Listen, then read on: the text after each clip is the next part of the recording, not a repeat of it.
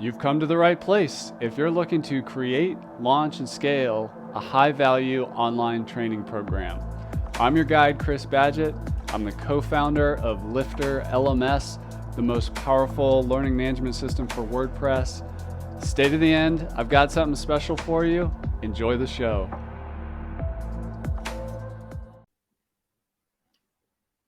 Hello and welcome back to another episode of LMS Cast. I'm joined by a special guest. His name is Vova Feldman. He's from Freemius. He also has a brand new podcast coming out at plugin.fm, which we're going to talk about in a second. If you're listening to this on your podcast, it's already out. Go check it out. If you're watching the live or the replay of the live, the podcast launches on June 6th, right before WordCamp Europe. Vova, welcome to the show. Thank you so much for having me, Chris. Really excited to be here. Yeah, I love interviewing other podcasters because it's just super easy, and WordPress entrepreneurs like yourself, because I really kind of know or just live in the same world or similar world to you. But tell us about the story of plugin.fm, the new podcast. What's it about? Yeah. Who's it for? Take us to school. Absolutely. So I've been just creating an intro episode yesterday, so I'm pretty fresh on the materials. Basically, it's something we wanted to launch for many years already. And we've been looking for actually the right host. I'm not going to be the host of the podcast. We got Patrick Rowland, who is an e-commerce and product marketing veteran. Many people know him from Linda. He is doing some courses there in the space. So it's been in making for many years. It goes, along with our content, what we're producing already on freemius.com/blog. The focus is on providing educational, content, super focused, narrow for indie developers and software product companies.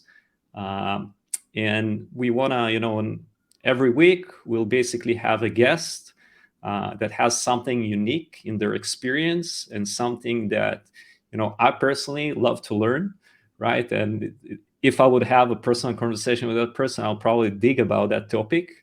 And we dive deep into the topic, discussing, the journey, the learnings, the insights, everything that person had gone through, and, to help the listeners, other indie developers, software product companies, basically to implement those strategies, learn from the mistakes that have been done already, and launch and grow their software product business.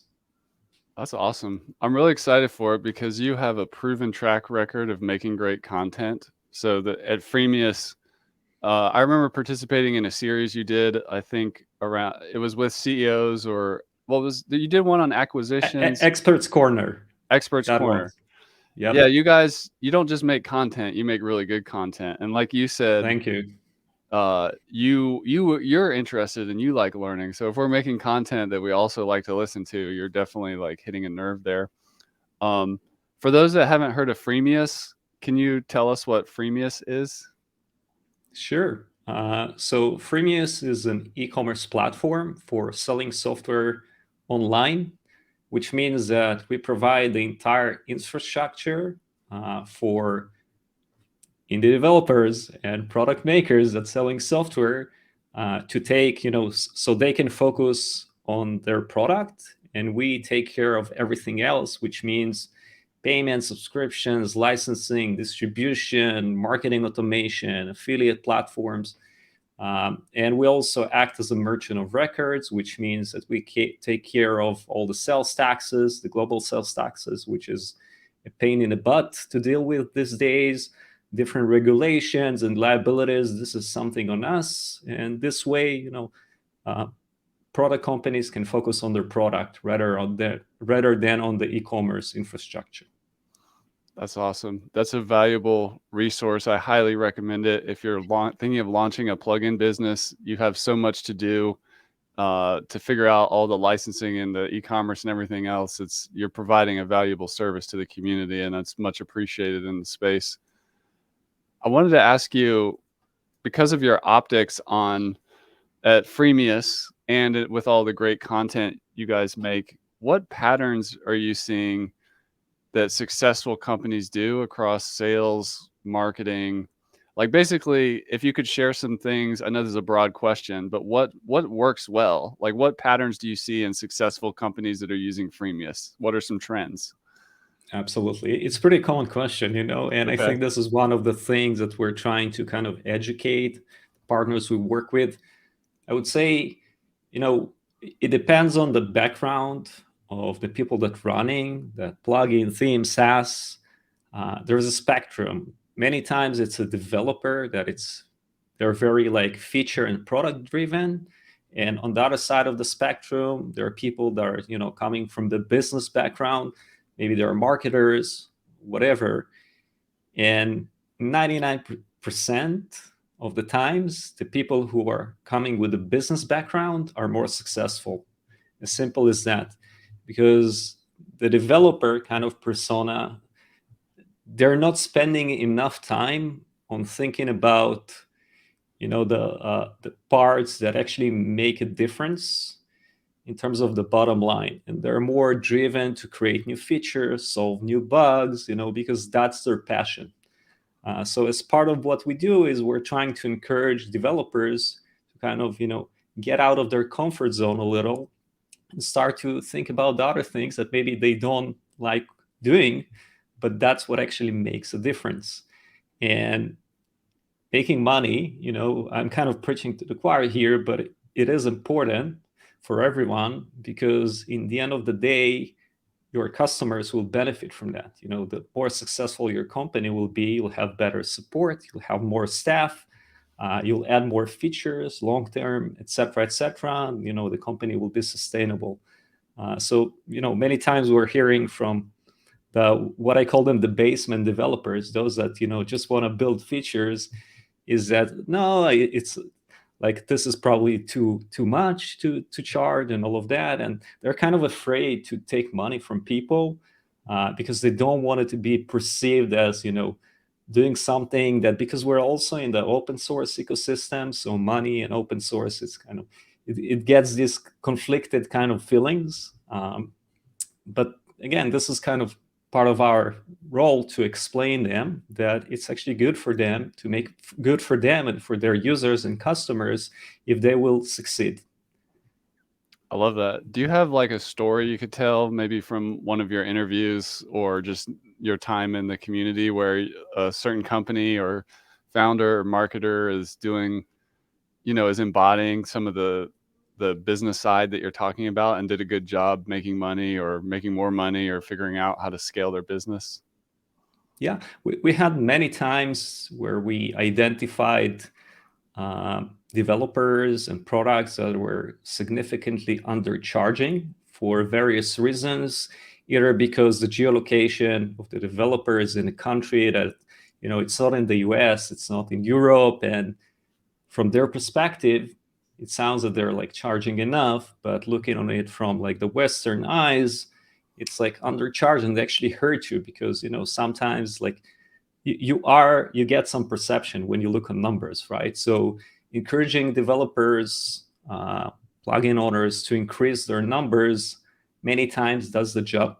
This is one thing that we're seeing.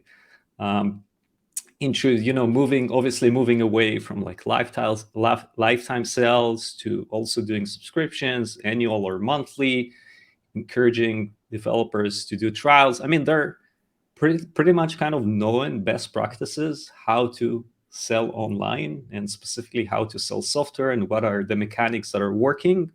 And we're bringing them, and sharing them with the developers to kind of open their eyes, and also explaining them, and adding some data, because we have access to data, why we think it may work for them.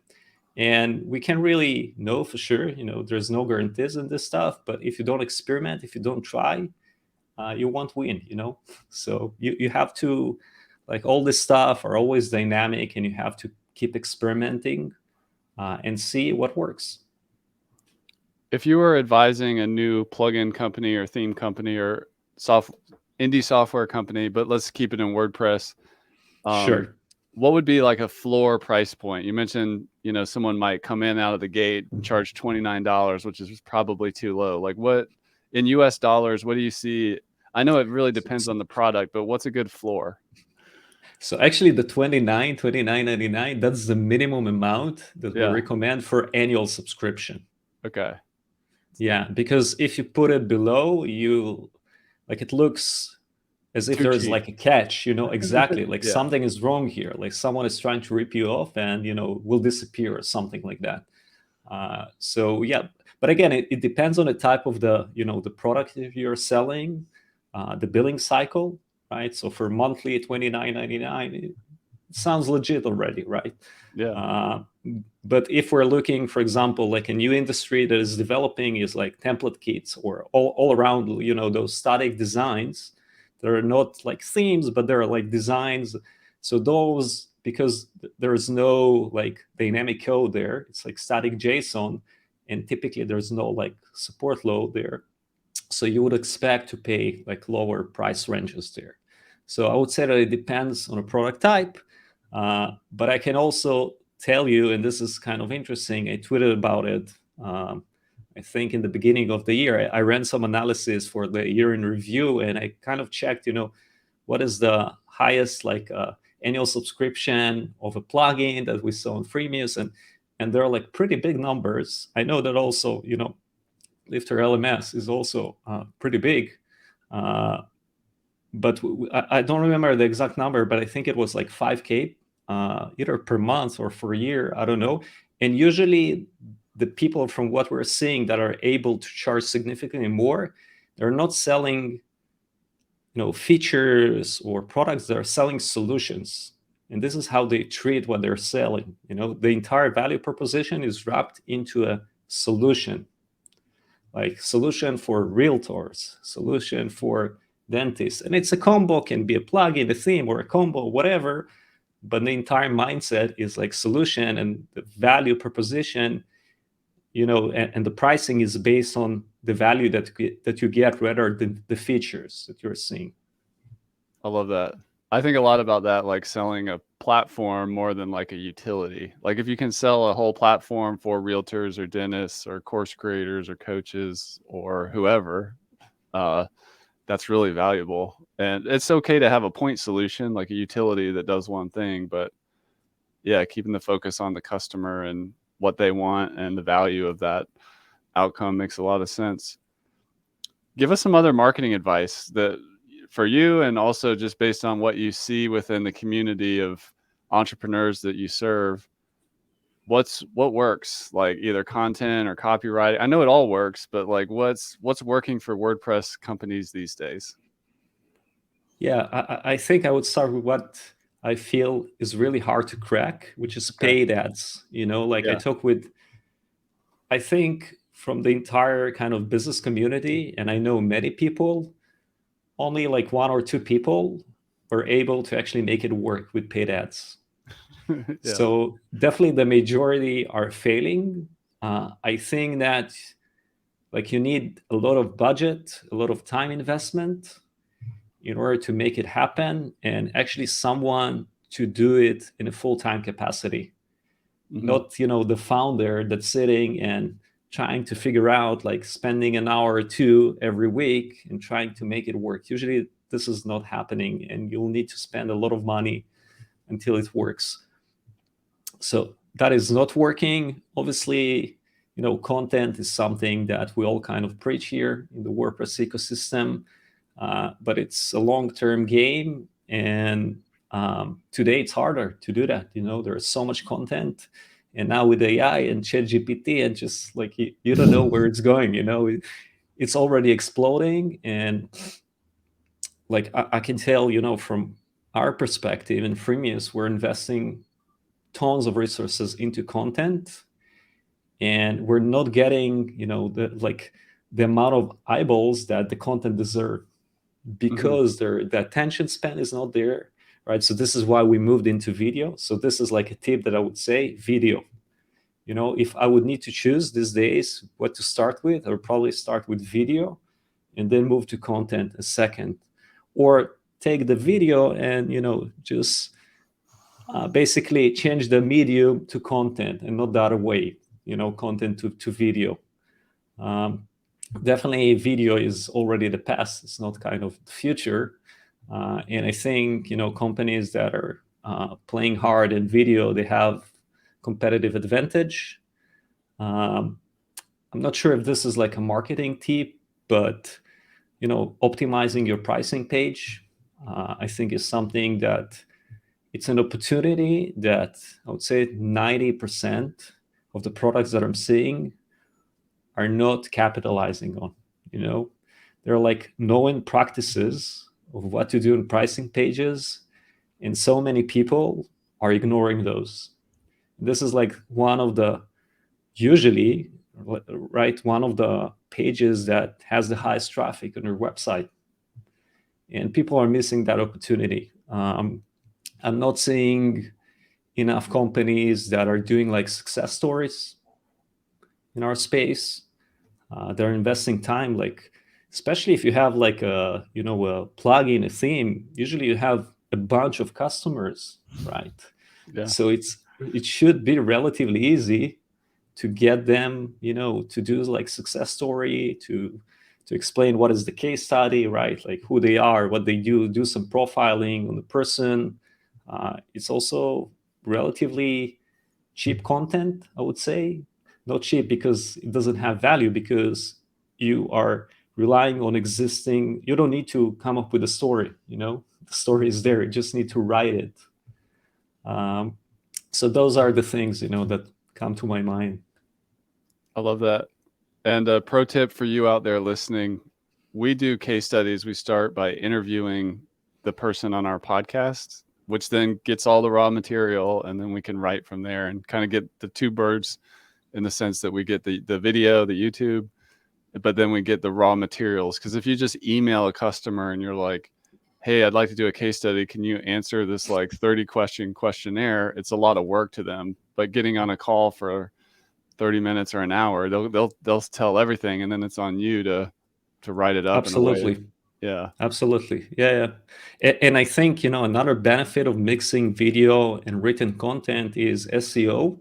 Mm-hmm. When you place the video on the same page, like close to the title, usually Google picks that up, and it also increases exposure in the search engine results page, because you see the thumbnail of the video. And you can optimize the for SEO the title of the video as well, etc., etc. But definitely something that worth doing those case studies.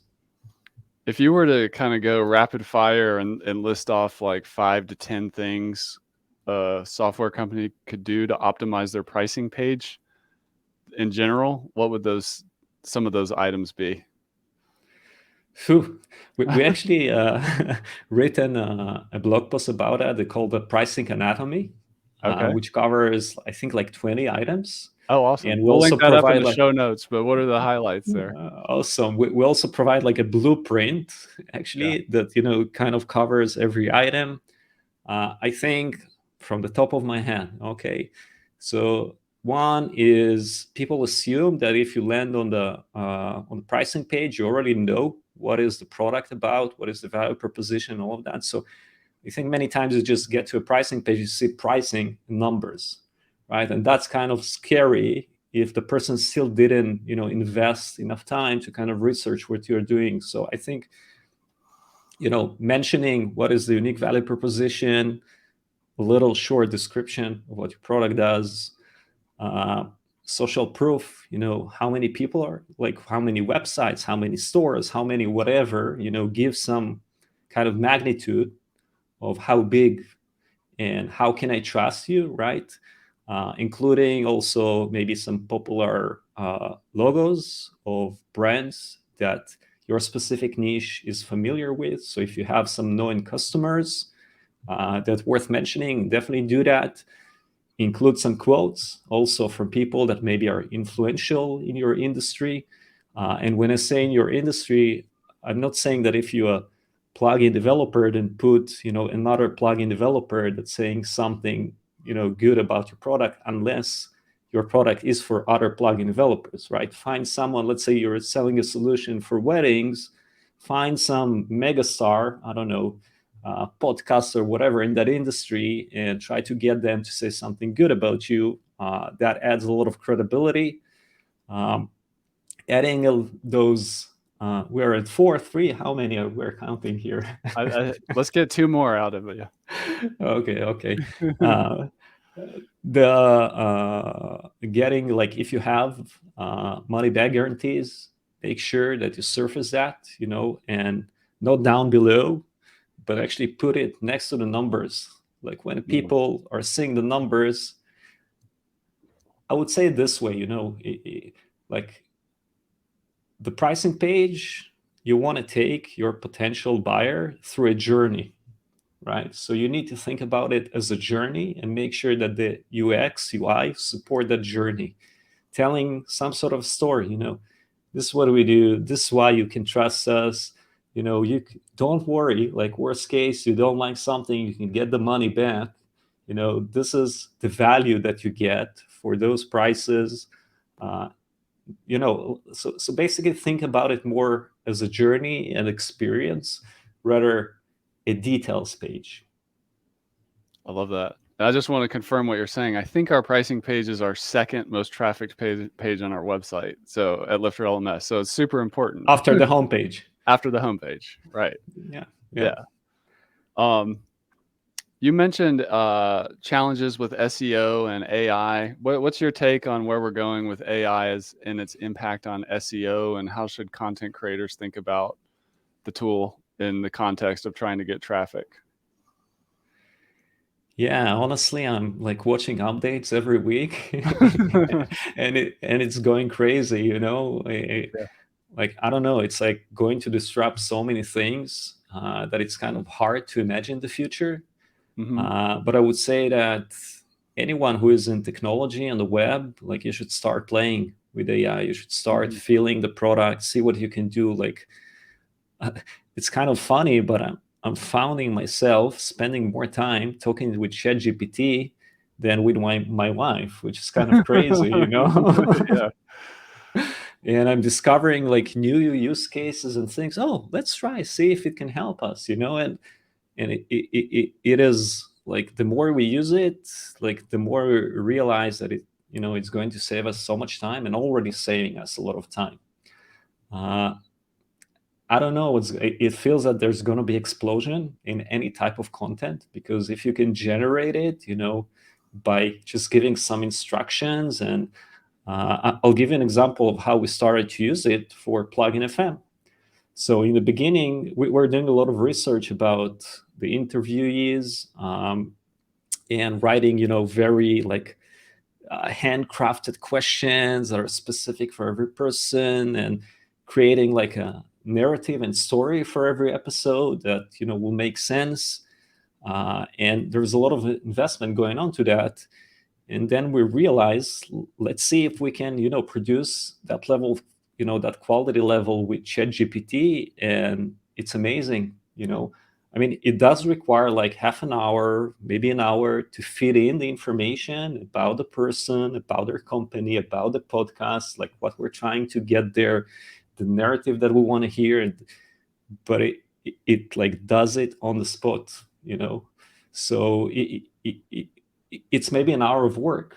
So there is still work to get it done right, but otherwise it can take 4, 5, 6 hours plus reviews here and there. So I think it's definitely a tool that we all should start exploring and using in any content efforts.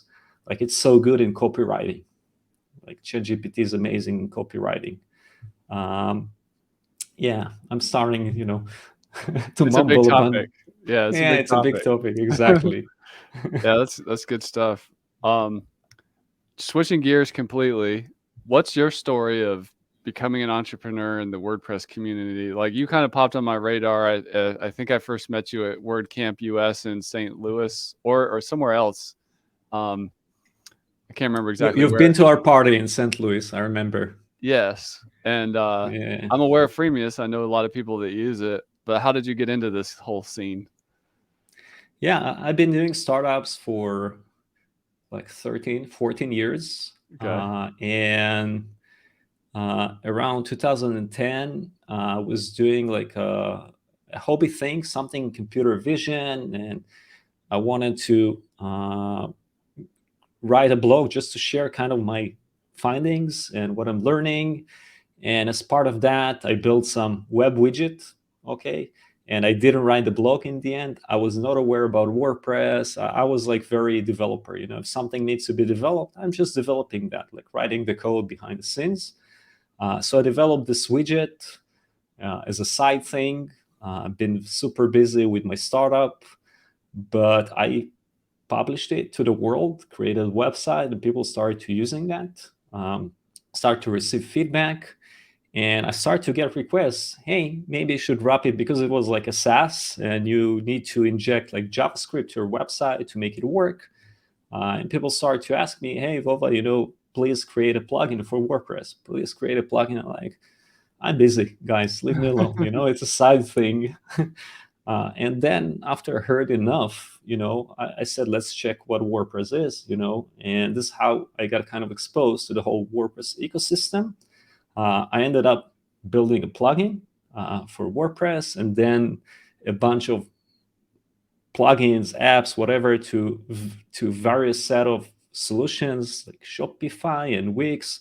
I think I was actually maybe the first app on the Wix app store, and for many others. So I kind of had the feeling and understanding how those ecosystems are working, of like extensions and those marketplaces. And then I was still with my startup, but then I left the company in mid 2013, and I decided to see what's happening with this widget that I have here. And I realized that I have a lot of users, and maybe I can do something with that. So I started to grow that. Actually thought about turning that into an edtech company. I was living in New York back then, start to meet investors, talk with founders of big companies, add this, Shareaholic, and all of those. I was in that space. But then I realized that edtech is not my cup of tea. And I prefer to work on things that actually create value rather than the entire, like retargeting and all this stuff that didn't feel kind of exciting for me. And I turned that into a subscription, freemium solution, and it worked pretty well. And then it kind of hit me that it took us to build the entire kind of convert it into a commercial solution like 10 times more than what it took me to build the widget itself. The widget is something that I, as a developer, built like 2 weekends of my spare time. But then to build the entire like commercial infrastructure, it was me and another 2 guys, and it took us a year. Wow. Right. So this like huge disproportion between the time kind of got me to realize, okay, something is wrong here. It shouldn't happen this way. And this is how we kind of started with Freemius, basically. And the idea was to create something that people like me, will be able to transition from product to go to market in a matter of minutes. This is how Freemius started, basically. That's awesome. Briefly in there, you mentioned freemium. What are your thoughts? And we were talking about pricing. What are your thoughts on free or freemium in a pricing model for a business? I have many of them. Okay. Good or bad or both? There's an article about that, Okay. So I think there's no good or bad. It's just different models. I think if you are new and you're just starting out with something, it's easier to start with freemium because people don't know you yet, and like you need to get some distribution. And the easiest way to get people to know you somehow is to offer them something for free to try it out. On the other hand, right, if you're Google or Microsoft, that's the other extreme. Like you already have well-established brand, company, distribution, communities, all of that. So you don't have to go that route. So I would say that it depends on your background. What are you trying to achieve? What is your business model? And then you can choose, go with freemium or premium. But obviously, free is great because it helps you to get a lot of feedback. Like the benchmark of freemium software sells on the web, it's like between 1.5 or 1% to 2%.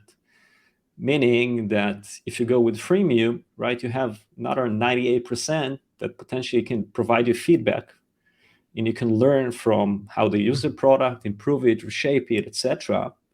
And I'm seeing, for example, this is kind of something fresh. And what is this? Yeah, there is this uh, Mac client for Gmail called MimeStream, and they've been running for free for 3 years, right? Learning, improving in beta mode, and they just launched their like paid version. It's paid only right now, so they just transitioned from free to paid only. Everyone been using, and it's pretty cool because they got like, I don't know, 200,000 like free users hooked, been using that platform for 3 years, and now they're like requiring everyone. They do offer like 14-day trial, but now they're suddenly transitioning to paid only. I'm sure they're going to lose a bunch of users on the fly, but that's also an interesting kind of approach, running for free, then transitioning completely to premium after you get to a certain level of maturity. Awesome. Let's look into the future. We've kind of looked into the past a little bit. Where do you see WordPress going? We've talked about AI. We've talked about, how fast things are changing, but also WordPress has been around for a while. We just celebrated 20 years. Do you have any vision for the next 5, 10, 20 years for what the opportunity or challenges of WordPress are? I was this week in a conference called Press for Web in Israel. Okay. And it's called Press for Word previously, which is like the biggest Israeli WordPress related event. It's not a WordCamp, it's like a commercial event. Yeah. And we've been talking about this stuff. I'm friends with the Elementor founders and Miriam, and we've been talking about this because we are like, we don't know, and we're kind of concerned with everything that happened with AI. And also, I don't know if you watched some of the stuff that happened in the Human-Made AI conference that I happened. watched some of that. It was great. Yeah. Yeah. So it's clear to me that AI will integrate closely with what's happening with WordPress. I'm also seeing, that in the past few months we have dozens of new plugins that related to AI, a new one coming every day, selling on the platform. And I think it will become much easier to create websites Which is great, right? using. It's fantastic. It's making more, things more accessible. Um, but I'm also a little concerned because that new audience that we're trying to bring in, and maybe AI will bring in, that they're not necessarily familiar, with the WordPress backend and the WP admin and all those technical things Full site that editing. Yeah. for all this stuff, and it feels that there are like currently multiple experiences that you have to be familiar with in order to be able to use WordPress. So I think something need to consolidate. I mean, it's clear that the leadership of WordPress is betting on the Gutenberg, the visual editor, and all of that. And yeah, I think that like right now there is like this. There is the visual editor, but those people who are not technical want to work with, right? The Wix kind of audience, the Squarespace audience. But then in order to access it and use it and modify it, you still need to be the technical WP admin guy, right? So there is some mixture, and I hope that there will be like two modes, I would say, Easy that mode the and exactly, yeah. something like that. The AI mode, easy mode, and technical mode, Yeah. So just some thoughts, I have no clue what's going to happen. I hope WordPress will keep growing. We don't know. It is a little concerning that it's stagnating right now, but it makes sense. There are new platforms coming in. I think that also WordPress will need at a certain point to I mean, it's one of its powers, the backward compatibility, but it's also, one of its weaknesses, because we always kind of slower than other platforms, other solutions that are, especially if they're a SaaS, that they can just deploy features very quickly and they don't need to hold like entire community on their back, an entire like plugin ecosystem, and there are a lot of things happening in WordPress. I don't know. We'll see. I hope the community, will win. That's usually what's happening with WordPress, and we'll figure it out. Do you have any thoughts around the open source nature of WordPress and AI, and how those come together, in the sense that, the WordPress code is open, but a traditional software company, the code is closed. It's proprietary or it's hosted somewhere. So how can AI and WordPress, those two things work together, and open source work together? Man, you're asking hard questions. I think that is a hard question, but I think it's a really important one for the next 5 years. And I'm still trying to wrap my head and get into that too. I know it's hard. Yeah. I mean, I think and hope that AI will help with security when it comes to WordPress.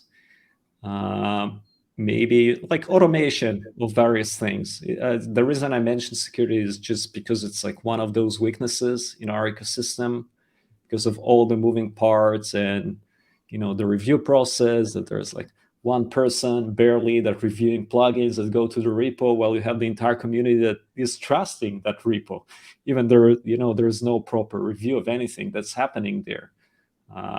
Again, I'm not pointing any finger or something. It's just very kind of tiny group, and there's not a lot of resources. So I think that in general, even though it's kind of against the ethos of what Matt is pushing, the community, there needs to be some money paid to people, and it can be completely kind of volunteers driven, even though I know there are like many volunteers that are actually paid employees and sponsored by companies.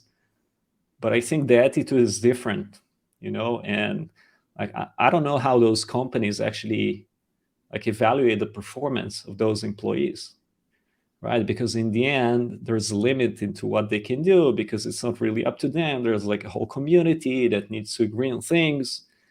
I mean, we all know that as a smaller an organization and a team, the more efficiently, quicker, better you can move, make decisions. And right now, I mean, it's great that there's a lot of discussions and thinking, but I feel that there is like missing this like SWAT team, in the WordPress ecosystem, that can move faster and make decisions. You still need to involve the community, understand the dynamics, but right now I feel that there is like too many kind of people involved in processes, and this is kind of slowing us back a little. It has nothing to do with your question, probably, about AI. Well, it all matters. It all works together. I appreciate Yeah. what you're saying there. Yeah, these are going to be interesting times, for sure. And one of the things I'm excited about is I'm not a coder or developer myself. A lot of people don't know that, but This is why you make money, right? right, yeah, to your point. But and I'm going to tie it in to my last question, which is about what you see inside teams of successful companies.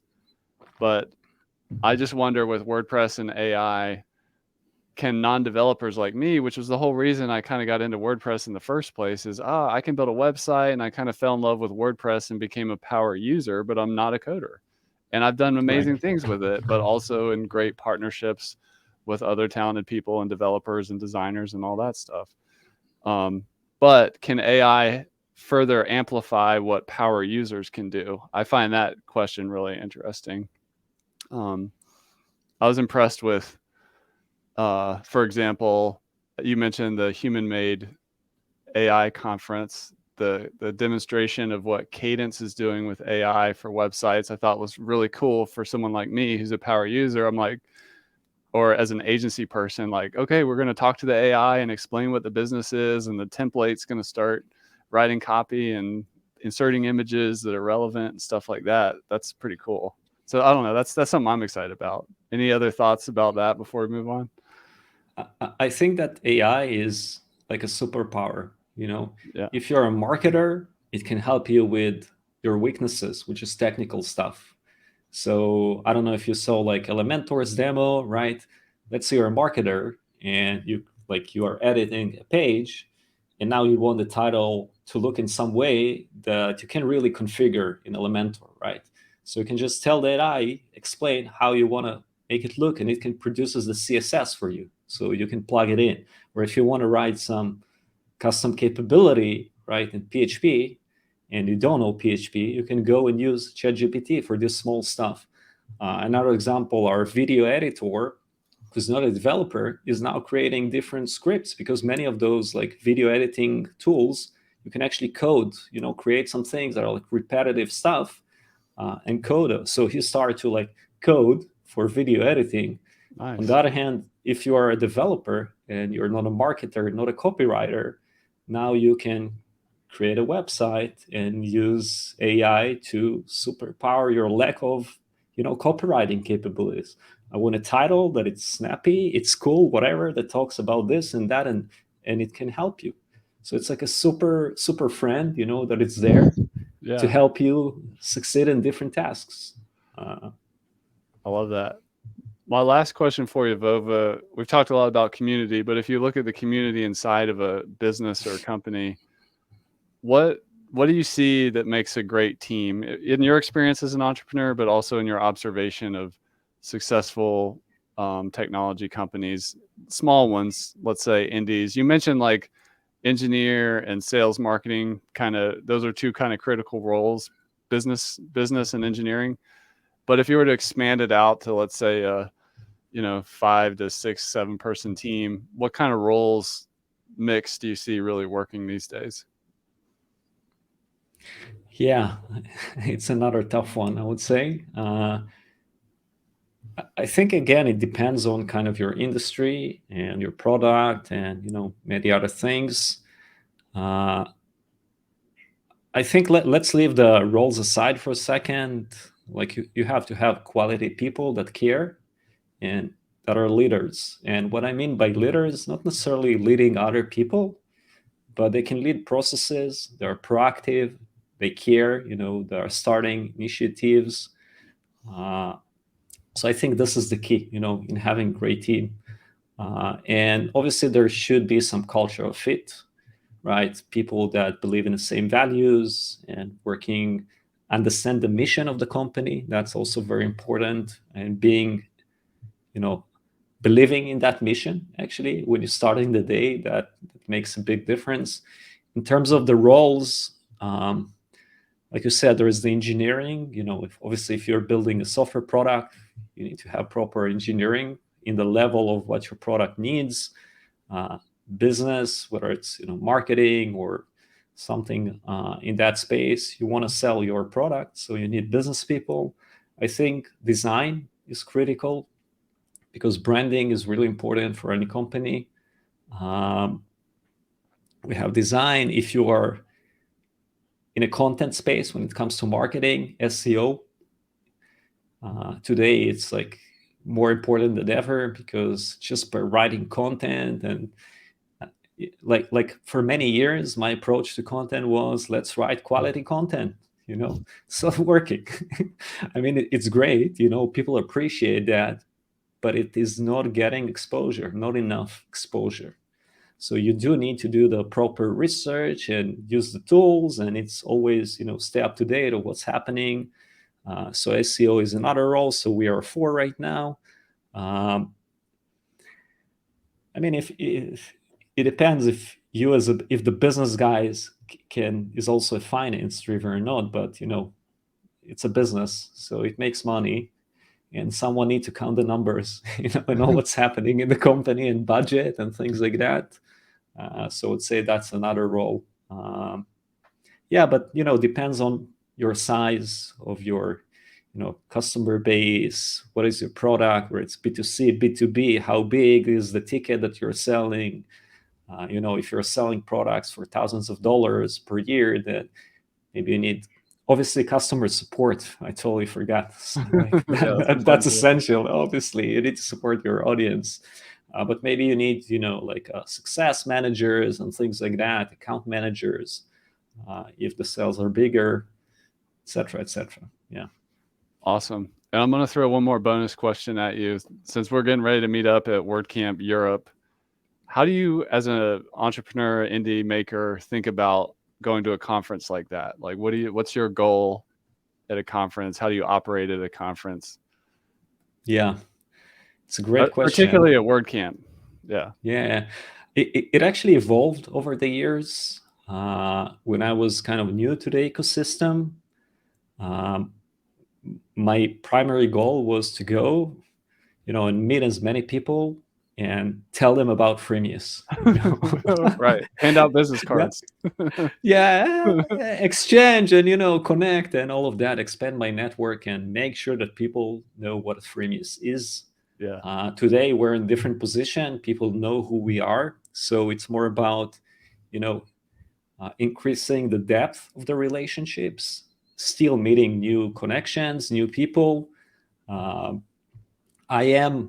I'm spending a lot of time preparing for the conference, honestly, like reviewing all the attendees, seeing who I want to meet, what are the opportunities that are out there, trying to prepare as much as possible in advance. We're also having our makers meetup, which is something that, again, we're investing a lot of resources into. So inviting the people, getting the right crowd, so it's all like-minded and people enjoy from the event. It's part of our branding, part of what we do, like creating that community that helps each other grow. So yeah, I think that's a lot of things that happening. Also, like in Bangkok, for example, we went there with most of the team. So there are a lot of like team activities because we finally met. We're like working across the globe from like a bunch of different continents, and it's the first time that we're seeing, like, we had a guy from Argentina, 2 guys from South Africa, India, Philippines, like all over, Israel, and so it was pretty exciting. And we invested in like team activities because that was like really important for us, obviously. So I would say it varies, but I want to meet as many people as I can, kind of have meaningful conversations with them, do a bunch of selfies, right? Post them on Twitter. Right. Yeah. Awesome. I'm also volunteering this time. So okay. Cool. Yeah. Very cool. Well, I look forward to seeing you there. For you out there watching, go to freemius.com. Check out the plugin.fm podcast. Can you tell us one more time what plugin.fm is all about? Sure. So Plugin FM is a value-first podcast about business and product marketing targeted to lifestyle product makers and software companies. In every episode, we're going to interview a guest and focus on a single topic, dive into the story, experiences of the person, trying to entertain, educate, and just have a great conversation for everyone to learn from. Awesome. So go check out plugin.fm. Vova, thank you for coming on the show. I appreciate you sharing your wisdom with us today, and I look forward to connecting with you in Greece.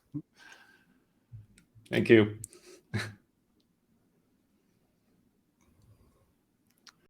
And that's a wrap for this episode of LMS Cast. Did you enjoy that episode?